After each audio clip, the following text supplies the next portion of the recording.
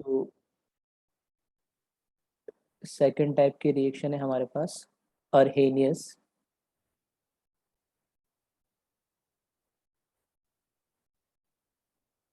अर्हेनियस acid base neutralisation reaction.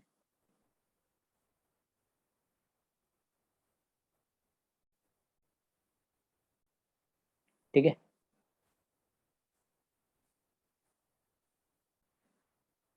अब इसमें हमें पता ही है कि एसिड बेस न्यूट्रलाइजेशन रिएक्शन है, तो एक एसिड होगा, साथ में एक बेस होगा। ठीक है, और ये जब कंबाइन होते तो आपको हमेशा पता है एक सॉल्ट बनता है, प्लस साथ में वाटर बनता है। और इस रिएक्शन की खास बात ये है कि इस रिएक्शन की एंथैल्पी ऑफ रिएक्शन जो होती है वो कैसे होती है, नेगेटिव होती है, या फिर हम ऐसा बोल सकते हैं ये रिएक्शन कैसे होती है, एक्सोथर्मिक इन नेचर होती है। ठीक है, कि हमेशा हीट रिलीज होगी इस टाइप की रिएक्शंस में। एग्जांपल्स देखते हैं अपन इसके। तो फर्स्ट एग्जांपल मैंने लिखा है यहाँ पे, लाइक आपने कोई भी एक स्ट्रॉन्ग एसिड या बेस ले लो, तो स्ट्रॉन्ग बेस लिखा मैंने KOH, फिर HNO3 स्ट्रॉन्ग एसिड लिख दिया। ये जब कंबाइन होंगे तो सॉल्ट बन जाएगा आपके पास KNO3 प्लस ये H2O। ठीक है, साथ में एक जब भी एक strong acid strong base combine होता है तो एनर्जी रिलीज होती है। ठीक है, नेगेटिव तो है ही, -30 किलो कैलोरी में लिखेंगे तो -13.6 या 13.7 किलो कैलोरी पर मोल। ये फिक्स्ड एनर्जी होती है। हमने इसमें इसके बारे में थर्मोकेमिस्ट्री में बात करी थी कि जब भी एक एसिड और बेस रिएक्ट करता है, एक एक इक्विवेलेंट या एक एक मोल हम बोल दें, तो उस केस में ठीक है ये फिक्स्ड अमाउंट एनर्जी है जो इतनी रिलीज होती है। ठीक है, तो ये आपके पास एक स्ट्रॉन्ग बेस है, ये आपके पास एक स्ट्रॉन्ग एसिड है। अब इसी में ठीक है, अगर इसी में एक एग्जांपल लिया हमने NaOH और साथ में हमने ले लिया CH3COOH। अब इसमें ये हमें पता लग गया है कि हमें पता ही है ठीक है कि जो बेस होते कितने 7 तो हमारे बेस होते, पहले भी कई बार बता चुका हूँ क्लास में ना। तो ये तो हमारा स्ट्रॉन्ग बेस है, और 6 कितने होते हैं आपके एसिड। उसके अलावा जितने भी है वो वीक होते हैं, तो ये आपका कैसे होगा, और ऑर्गेनिक एसिड तो जनरली कैसे होते हैं आपके, वीक एसिड। ये जब आपके कंबाइन हो रहे हैं तो आपके पास जो सॉल्ट बन रहा है वो बन रहा है CH3COONA सोडियम एसिटेट। ठीक है, साथ में H2O भी बन रहा है। बट इस केस में जो डेल्टा H है, ठीक है, मैंने इस पे आपके मोड लगा रहा हूँ, यानी मोड मतलब मैग्नीट्यूड। ये तो पता है हमेशा आपकी रिएक्शन कैसी होगी, एक्सोथर्मिक। ठीक है, यहाँ पे तो विद साइन लिख दिया, मोड लगा रहा हूँ मैं। और मोड किस लिए लगाया मैंने, क्योंकि यहाँ पर ये जो एनर्जी रिलीज होती है ना, ये एनर्जी रिलीज होती है, ये भी आपको पता है कि अब 13.6 नहीं होगी, ये 13.6 से कुछ लेस एनर्जी रिलीज होगी। ठीक है, और ऐसा क्यों होता है, तो ये रीजन भी आपको वैसे पता होना चाहिए कि जो भी आपके पास वीक पार्ट होगा, वो वीक एसिड हो या वीक बेस हो, है ना, वीक एसिड हो या वीक बेस हो, उसके अंदर जो अनडिसोसिएटेड पार्ट होगा, क्योंकि वीक है तो 100% तो आयोनाइज होगा नहीं, तो जो वीक पार्ट होगा उसको कंप्लीटली डिसोसिएट करने के लिए एनर्जी यूज होती है। तो वो एनर्जी कहाँ से यूज होती है, जो यहाँ से 13.6 किलो कैलोरी एनर्जी रिलीज हो रही है, उसी में से कुछ एनर्जी उसको डिसोसिएट करने के लिए क्या होती है, यूज होती है। तो अपन ऐसा लिख सकते हैं कि एनर्जी एनर्जी एब्जॉर्ब, ठीक है, in breaking of bond of weak, इस केस में हमें क्या दे रखा है, एसिड। ठीक है, तो जो भी आपका होगा वीक एसिड होगा, तो वीक एसिड को डिसोसिएट 100% डिसोसिएट करने के लिए एनर्जी यूज होगी, और अगर स्ट्रॉन्ग हुआ तो उसको सॉरी, वीक एसिड हुआ तो उसको डिसोसिएट करने के लिए यूज होगी, वीक बेस हुआ तो उसको डिसोसिएट करने के लिए होगी, ठीक है। तो 13.6 से कुछ लेस आपको मिलेगी, ठीक है। तो एक केस है इसमें तो 13.6 एग्जैक्टली रिलीज होती है, एक जिसमें 13.6 से कम रिलीज होती है, एक केस जो अभी शायद हमने कभी देखा नहीं, वो मैं बताता हूँ, है ना। यहाँ लिखा मैंने थर्ड एग्जाम्पल। आपने एक ले लिया बेरियम हाइड्रोक्साइड प्लस साथ में लिया आपने H2SO4, ठीक है। तो यहां से आपके पास बन जाएगा ये बेरियम सल्फेट प्लस 2H2, ठीक है। एक H2 बन रहा तो 13.6 हो जाएगी, दो बन रहा है तो क्या हो जाएगा, उसका ट्वाइस हो जाएगा, तो इसमें तो कुछ नया नहीं है, ठीक है।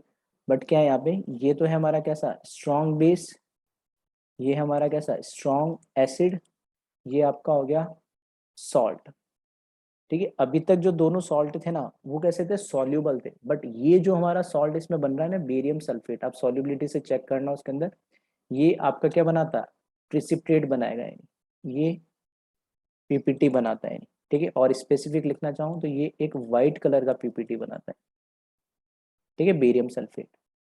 तो इसकी वजह से अब यहाँ पे जो डेल्टा एच है, वैसे अगर मैं बोलता तो कितना होना चाहिए था भाई, यहाँ पे 2 मोल बन रहे, एक मोल बन रहा तो 13.6, तो 2 मोल के लिए, ठीक है, फिर से मैग्नीट्यूड लिख रहा हूँ मैं ना, 2 मोल के लिए क्या होना चाहिए था, 2 × 13.6 आ जाता है, नहीं तो वो तो कोई नई बात नहीं थी, बट इससे भी ज्यादा एनर्जी रिलीज होती है। आ रही बात समझ में?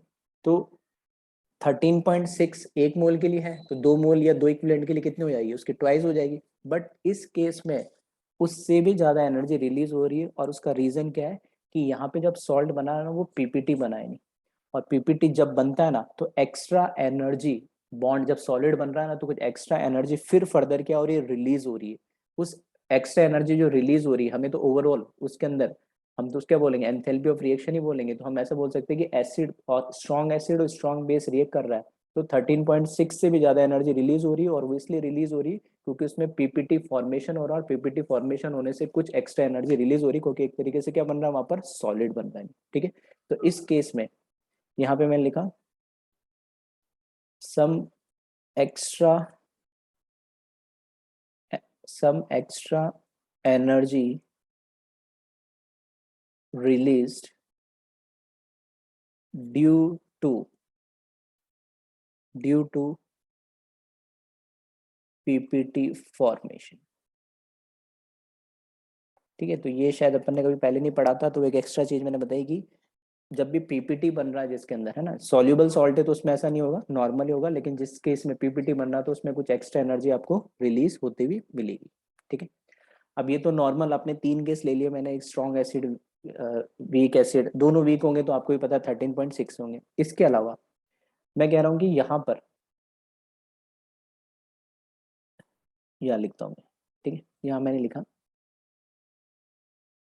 कि जरूर नहीं स्ट्रॉन्ग एसिड और स्ट्रॉन्ग बेस आपको दिखना ही चाहिए, मैं कह रहा हूँ कि अगर आपके पास एसिडिक या फिर एसिडिक एंड बेसिक ऑक्साइड्स, ठीक है, एसिडिक एंड बेसिक ऑक्साइड में, ठीक है, एसिडिक एंड बेसिक ऑक्साइड में also involve in neutralisation reaction,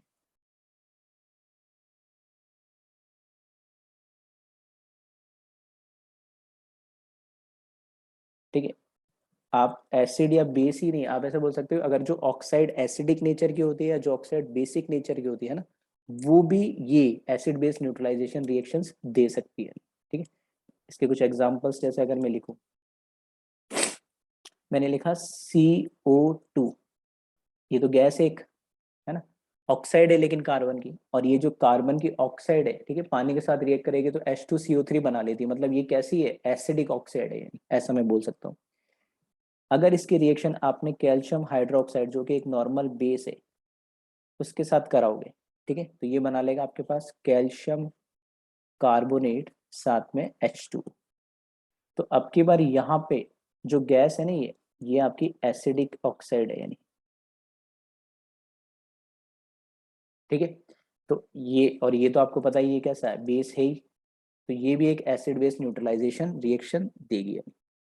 अच्छा, यहाँ पे एक चीज और ध्यान रखना, जो कैल्शियम हाइड्रोक्साइड है ना, इसको 11th क्लास में भी आता है, इसको हमें बोला, ये इसको बोला जाता है लाइम वाटर, ठीक है, याद रखना इंपॉर्टेंट है। कैल्शियम हाइड्रोक्साइड को क्या बोला जाता है, लाइम वाटर। और इस रिएक्शन में जो कैल्शियम कार्बोनेट बनता है ना, ये बनाता है वाइट, पीपीटी नहीं बनाता, ये बनाता है टर्बिडिटी। क्या बनाता है ये, वाइट टर्बिडिटी। अब टर्बिडिटी और पीपीटी में क्या डिफरेंस है, तो अभी अपन आगे मैं बताऊंगा उसके बारे में थोड़ा, है ना। पीपीटी इन जनरल बोले तो नीचे सॉलिड सेटल डाउन हो जाता है, और टर्बिडिटी का मतलब है सेटल डाउन नहीं होता है, ठीक है। व्हाइट कलर का हम जो बोलते हैं ना, धुंधलापन हो, वो पूरे सॉल्यूशन में ऐसा आपको नजर आता है, उसको हम बोलते हैं टर्बिडिटी, ठीक है। तो टर्बिडिटी सेटल डाउन नहीं होता है, जबकि पीपीटी होता है वो नीचे बैठ जाता है। फिर इसी तरीके से और एग्जाम्पल एक और लिखे इसका, मैंने लिखी है SO2 गैस, सल्फर डाइऑक्साइड, है ना। इसकी रिएक्शन अगेन आपने कैल्शियम हाइड्रोक्साइड के साथ करा दी, फिर से ये बनाएगा कैल्शियम सल्फाइड बनाएगा, साथ में H2 बनाएगा, ठीक है। इसमें भी यही चीज है, ये आपकी अगेन SO2 क्या हो जाएगी, एसिडिक ऑक्साइड हो जाएगी ये तो, है ना। ये आपका बेस दिख ही रहा है आपको, और ये लाइम वाटर तो रहेगा ही, ठीक है, ऊपर लिख ही दिया अपन ने। तो ये आपका क्या है, लाइम वाटर है। और इसमें जो कैल्शियम सल्फाइड है ना, ये भी याद रखना, ये भी वाइट टर्बिडिटी बनाता है ये, ठीक है। ये भी क्या बनाता है, ये वाइट टर्बिडिटी बनाता है। पीपीटी बना देने से बेटा एनर्जी इसलिए रिलीज हो रही है क्योंकि अगर आपका सॉल्ट सॉल्युबल होता है तो कैटायन और एनायन के फॉर्म के अंदर घूम रहा होता है सॉल्यूशन में, उनके बीच में ऐसा कोई बॉन्ड नहीं बनता, हमें पता है नहीं। बट पीपीटी बन गया मतलब क्या हुआ, कैटायन और एनायन दोनों क्या हो गए, एक साथ कंबाइन हो गए और उन्होंने क्या बना लिया, सॉलिड। और जब भी सॉलिड बनता है तो ऑब्वियस सी बात है, उससे एनर्जी रिलीज होगी ही होगी। आया क्या वन समझ में, ठीक है। कहा गया,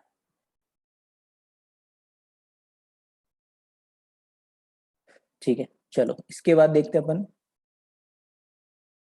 कितने हो गए, 2 रिएक्शंस लिख देना चलो और एक दो एग्जांपल और लिखते हैं, ठीक है, एक ही साथ लिख दे रहा हूँ मैं, बहुत कॉमन है वही लिख रहा हूँ मैं। जैसे CO2 लिखा भी हमने, ये मतलब दोनों में से कोई भी ले लेना, या तो CO2 ले लेना या SO2 ले लेना, दोनों ही कैसे होती है, एसिडिक ऑक्साइड होती है, एसिडिक गैस बोल सकते हैं हम। एक रिएक्शन ये भी इंपॉर्टेंट है, ध्यान रखना, बेरियम हाइड्रोक्साइड के साथ जब आप इसकी रिएक्शन कराते हैं, ठीक है, तो अगर आपने CO2 के साथ रिएक्शन कराई तो ये बना लेगा बेरियम कार्बोनेट, और अगर SO2 के साथ रिएक्शन कराई तो ये बना लेगा बेरियम सल्फाइड, ठीक है। साथ में H2 तो बनेगा ही बनेगा।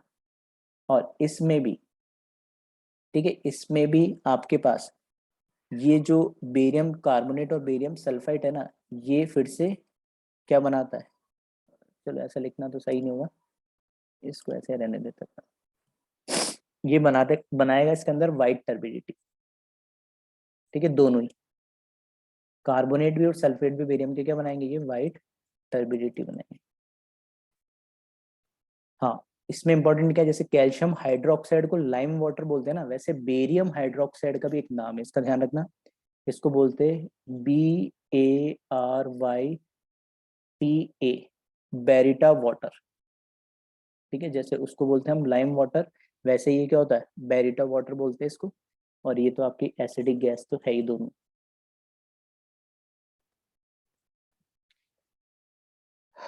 ठीक है। इसी तरीके से एक रिएक्शन और लिखता हूँ मैं, एक वैसे याद रखना रिएक्शन है ना, क्योंकि नाम आ रहा है इसलिए मैं बता रहा हूँ। एक जैसे कैल्शियम ऑक्साइड है, ये तो आपको पता ही है, कैल्शियम ऑक्साइड तो कैसा होगा, बेसिक होगा। और इस केस में जो H2, ये ऐसे मान के चलो आप कैसा, एसिडिक टाइप बिहेव करेगा। और ये जब कंबाइन होता है ना, जैसे हम जिसको बोलते हैं ना जल्दी चूना जिसको बोलते हैं, नहीं उसको पानी में डालते हैं तो ये बनेगा आपका क्या, कैल्शियम हाइड्रोक्साइड बनता है। और ये जो कैल्शियम हाइड्रोक्साइड है, जब इसके अंदर मिलाते हैं तो साथ में क्या होता है, हीट रिलीज होता है ना, ठीक है, बबल्स के फॉर्म में ही निकलता है। आपने देखा होगा कभी घर वर में या गांव में, घरों में तो क्या पेंट यूज करता है आजकल, लेकिन गांव वगैरह में जैसे चूना जिसको हम बोलते हैं ना, पानी के अंदर डालते हैं, वैसे बबल्स के फॉर्म में वो हीट निकलती है, तो वो यही होता है कैल्शियम ऑक्साइड को जब आप कंबाइन कर दो पानी के साथ तो कैल्शियम हाइड्रोक्साइड बनता है। और इसमें जो कैल्शियम ऑक्साइड है ना, इसको बोला जाता है क्विक लाइम, ठीक है। और इसमें जो कैल्शियम हाइड्रोक्साइड बनता है ना, इसका नाम होता है स्लेक्ट लाइम, ठीक है। एक कैल्शियम ऑक्साइड को तो बोला जाता है क्विक लाइम और इसको बोला जाता है स्लेक लाइम, ठीक है। अच्छा, इसके अंदर भी एक दो टर्म आते हैं इस तरीके से कुछ, चलो मैं यहाँ बताता हूँ तुम्हें। देखो, अगर कई बार है ना ऐसा बुक्स में कई जगह दे रखा होता है, तो अपन देख लेते हैं।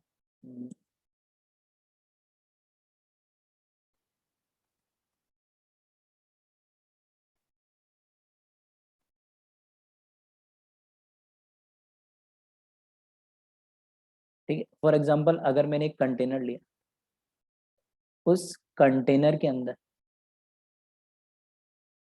उस कंटेनर के अंदर मैंने मान लिया यहाँ पर कि इस तरीके से ना,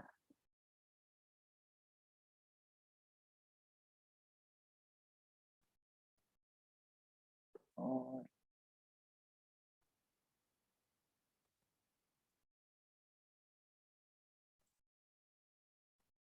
ठीक है, नीचे कुछ अलग कंसंट्रेशन मिलता है सॉल्यूशन के अंदर और ऊपर कुछ अलग कंसंट्रेशन मिलता है, ठीक है।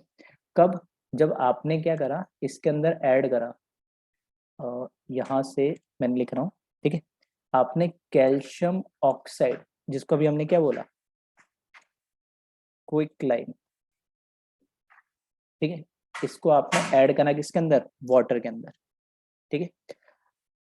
जब वाटर के अंदर ऐड करोगे तो आपको ऐसे एक नीचे अलग कंसंट्रेशन की लेयर मिलेगी जो मैंने ब्लू कलर से मार्क करी, और एक ऊपर ये रेड कलर से, ऐसे दो लेयर मिलेगी आपको, ठीक है। अब इसमें जो नीचे वाली लेयर है ना, इसमें जो ये नीचे वाली लेयर है ये वाली, ठीक है, इसको बोला जाता है स्लैक लाइम।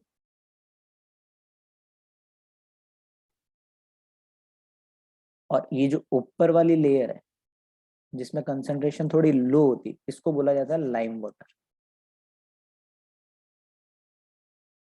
ठीक है। बनाया तो इसने क्या है, कैल्शियम हाइड्रोक्साइड ही है, ठीक है, दोनों लाइम वाटर भी कैल्शियम हाइड्रोक्साइड है, स्लेक लाइम भी क्या है, कैल्शियम हाइड्रोक्साइड है। बस डिफरेंस इस चीज का है कि यहाँ पर स्लेक लाइम के अंदर जो नीचे के साइड होता है उसमें हाई कंसंट्रेशन होती है, तो हाई कंसंट्रेशन होगी, ठीक है, किसकी, high concentration of calcium hydroxide, जो भी रिएक्शन लिखी थी ना वही है ये। सी ओ के अंदर CaO प्लस क्या आप मिक्स कर दोगे, H2 वाटर मिक्स कर दोगे, है ना, तो नीचे आपको हाई कंसंट्रेशन मिलेगा तो उसका एक नाम दिया जाता है, उसको स्लेक लाइम बोलते हैं। और अगर लो कंसंट्रेशन होता है कैल्शियम हाइड्रोक्साइड का, ठीक है, देखने से भी पता लगता है वो, तो उसको हम बोलते हैं लाइम वाटर बोलते हैं। और इस दोनों के पूरे के कॉम्बिनेशन को, है ना, पूरा जो सॉल्यूशन है हमारे पास, इस पूरे को, ठीक है, इस पूरे को मिल्क ऑफ लाइम भी बोला जाता है, मिल्क ऑफ लाइम भी बोला जाता है, ठीक है। तो कैल्शियम ऑक्साइड को जब वाटर के अंदर मिक्स करोगे तो जो बॉटम वाली लेयर होती है या आधा पार्ट होता है, नीचे के साइड जो पार्ट होता है वो कंसंट्रेटेड होता है कैल्शियम हाइड्रोक्साइड से, तो उसको स्लेक लाइम बोला जाता है। जो अपर पार्ट होता है जिसमें कंसंट्रेशन कम होती है उसको लाइम वाटर बोला जाता है, ठीक है। और पूरे इस सॉल्यूशन को मिल्क ऑफ लाइम भी लिखा जाता है। हाँ, और इससे आपको पता ही है जब ऐसा होगा, ठीक है, ऐसा जब होगा तो साथ में हमें क्या मिलेगा, इसके साथ में आपको, ठीक है, हीट रिलीज होगी, ठीक है, जब पानी और दोनों को मिक्स करोगे तो साथ में क्या रिलीज होगी, हीट रिलीज होगी, ठीक है। तो ये टर्म्स भी ध्यान रखना, कई बार पूछ लिए जाते हैं, ठीक है। इसके बाद अगर हम आगे बढ़े तो जैसा भी मैंने बताया था, दो टर्म हमने देखे थे अभी, एक तो क्या देखा था, एक तो देखा हमने क्या, टर्बिडिटी,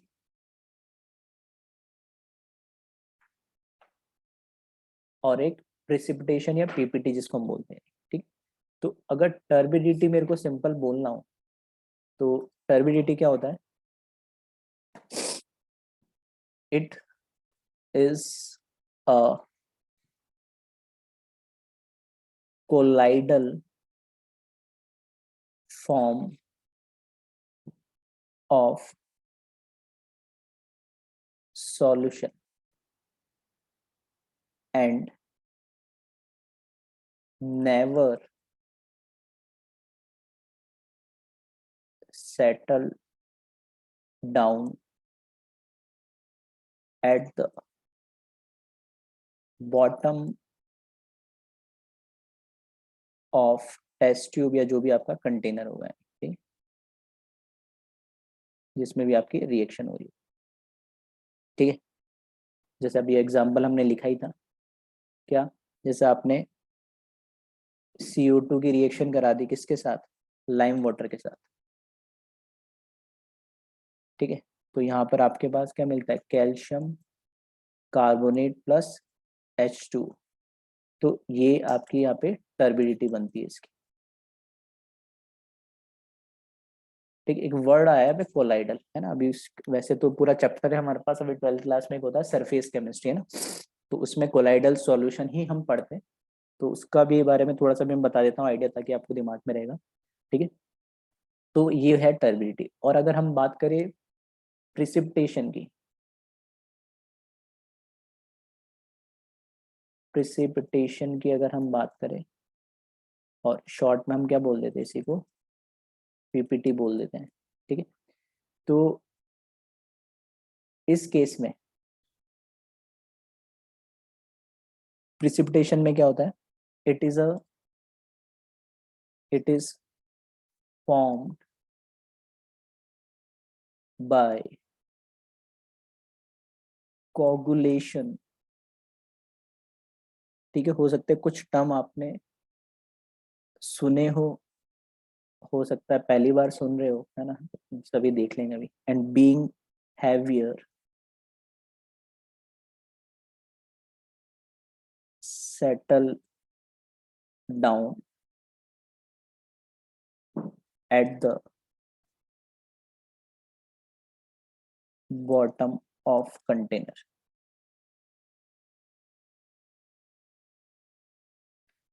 ठीक है। और एग्जाम्पल जैसा अभी अपन ने कोई सा भी लिख लो, ठीक है। जैसे अपन ने लिखा था बेरियम सल्फेट वाला ही, चलो ये लिख लेते हैं। तो फॉर एग्जांपल जैसा आपने लिखा था बेरियम हाइड्रोक्साइड की रिएक्शन अगर आप किससे करा दे रहे H2SO4 से, तो यहाँ पे आपके पास बेरियम सल्फेट जो बनेगा वो क्या बना लेता है? वाइट कलर का PPT बना लेता है, प्लस 2H2, ठीक है। तो यहाँ पे भी एक टर्म आया है कोगुलेशन, ठीक है। ये सभी टर्म वैसे सरफेस केमिस्ट्री में आते हैं, फिर भी चलो मैं एक बार बताने की कोशिश करता हूँ, आ जाएगा सिंपल ये। देखो फॉर एग्जांपल अगर मेरे पास एक कंटेनर है ना, उस कंटेनर के अंदर जो फॉर एग्जांपल जो भी हमने दो रिएक्टेंट डाले, एसिड बेस और जो भी डाला आपने, है ना, वो रिएक्ट करे। अगर ये पार्टिकल्स अगर ये पार्टिकल इस तरीके से पूरे सॉल्यूशन में घूम रहे हो, है ना, और नीचे नहीं बैठ रहे हैं, ठीक है, तब तो हम इसको क्या बोलेंगे? टर्बिडिटी। और अगर यही पार्टिकल्स नीचे इस तरीके से PPT बना के नीचे सेटल डाउन हो जा रहे हैं, तो हम इसको क्या बोलेंगे? प्रिसिपिटेशन।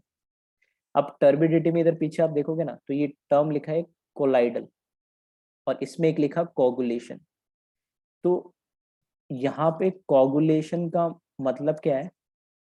कोगुलेशन का मतलब कोगुलेट होना, मतलब कंबाइन होना। जैसे मैं बोल रहा हूँ कि फॉर एग्जांपल जैसे ब्लू कलर का बनाया ना, तो मैंने बोला एक बहुत छोटा पार्टिकल था, फिर एक और बहुत छोटा पार्टिकल, एक और बहुत छोटा ऐसे बहुत सारे पार्टिकल थे। ये सभी क्या हुए? आपस में कंबाइन हुए। जब ये आपस में कंबाइन हुए तो थोड़े से हो गया बड़े पार्टिकल हो गए, और जैसे बड़े पार्टिकल हो गए नीचे क्या हो गए? सेटल डाउन हो गए, ठीक है। तो ये छोटे छोटे पार्टिकल का आपस में कंबाइन होने को ही हम क्या बोलते हैं? कोगुलेशन बोलते हैं, या कोगुलेट होना बोलते हैं, ठीक है। और यहाँ पर हमने एक वर्ड यूज करा क्या? कोलाइडल। तो कोलाइडल कुछ नहीं है, हमने एक चैप्टर पढ़ ही लिया अभी, कौन सा, सॉल्यूशन। तो सॉल्यूशन चैप्टर में हमें पता है कि क्या होता है, दो चीज होती है सॉल्यूशन में, हमें पता है क्या है, एक तो क्या होता है सॉल्यूट, और एक क्या होता है आपके पास सॉल्वेंट होता है, ठीक है। अब इसमें सॉल्यूट पार्टिकल की साइज को अगर मैं चेंज करता जाऊं, है ना, छोटा या बड़ा करता जाऊं, तो इनके बस नाम बदल जाते हैं, ठीक है। फॉर एग्जाम्पल, अगर जो ये सॉल्यूट पार्टिकल की साइज है ना, यहाँ पे लिखा मैंने साइज ऑफ सॉल्यूट, ठीक है। अगर मैंने इसकी साइज लेस देन 1 नैनोमीटर लिए, ठीक है, जो सॉल्यूट की साइज है अगर वो लेस देन 1 नैनोमीटर है, तब ये जो सॉल्यूशन बनेगा सॉल्यूट प्लस सॉल्वेंट का, उसको बोला जाता है ट्रू सॉल्यूशन।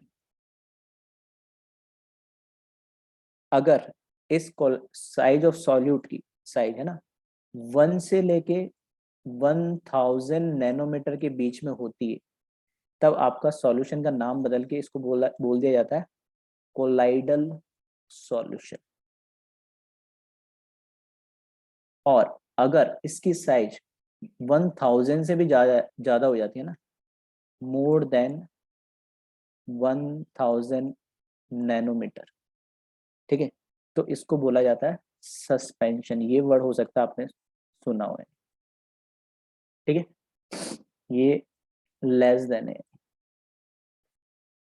तो सारा जो खेल है ना वो किसका है, आपका साइज का है।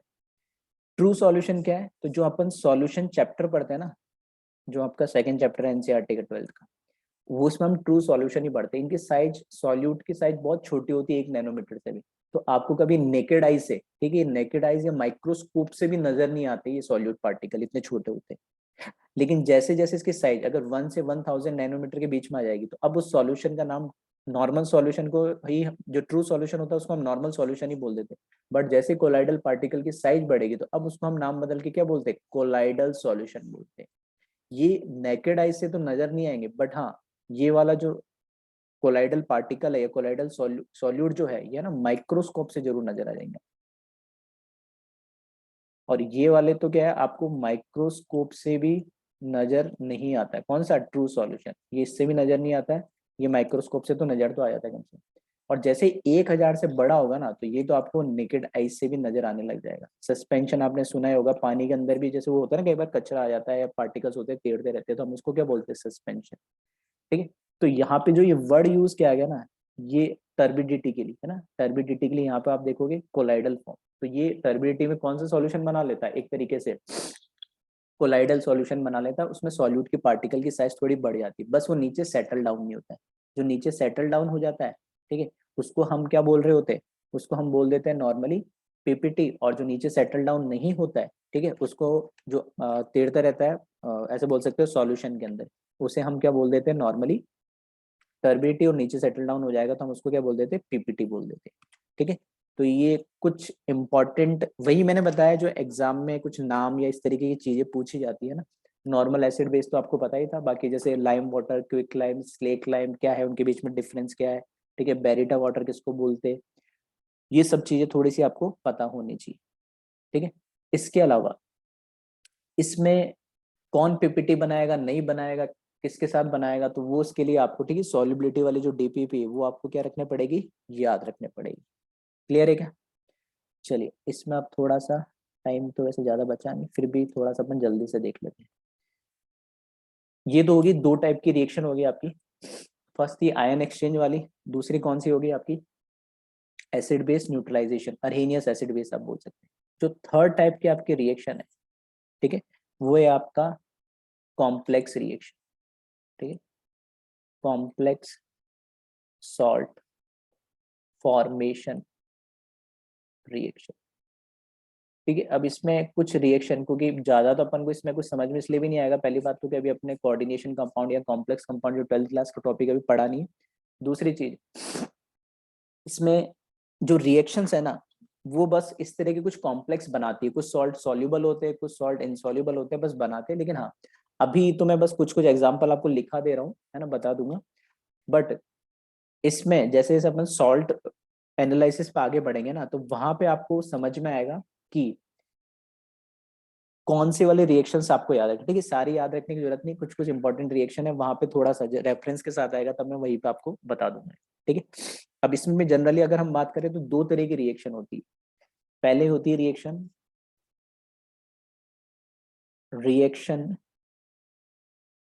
occurring with respect to coordination sphere। ठीक है, अब इसका क्या मतलब है वो भी अपन देखेंगे। ठीक है, reaction occurring with respect to coordination sphere. इसमें इन जनरल अगर हम बात करें तो इतना तो आपको पता ही है, कई बार मैं बता चुका हूँ कि एक सिंपल सॉल्ट होता है और एक कॉम्प्लेक्स सॉल्ट होता है ना। तो सिंपल सॉल्ट तो जितने भी सॉल्ट हम पढ़ते हैं वो सारे सिंपल ही होते हैं, जिसमें स्क्वायर ब्रैकेट आया था वो क्या कहलाते हैं आपके कॉम्प्लेक्स कहलाते हैं। ठीक है, तो अगर आपके पास दो सिंपल सॉल्ट आपस में रिएक्ट करे और फिर वो बना ले कि आपके पास कॉम्प्लेक्स सॉल्ट, ठीक है, तो इस टाइप की रिएक्शन हम इस फर्स्ट टाइप में पढ़ेंगे, जिसके अंदर reaction occurring with respect to coordination sphere की बात किया थी। कोऑर्डिनेशन स्फीयर का मतलब है कि जो स्क्वायर ब्रैकेट था हमारा, है ना, स्क्वायर ब्रैकेट था, वो उसके अंदर जो हम बोलते हैं कि ये कभी भी स्क्वायर ब्रैकेट पानी में डालने के बाद आयोनाइज नहीं होता, जनरली यही पढ़ते अपन।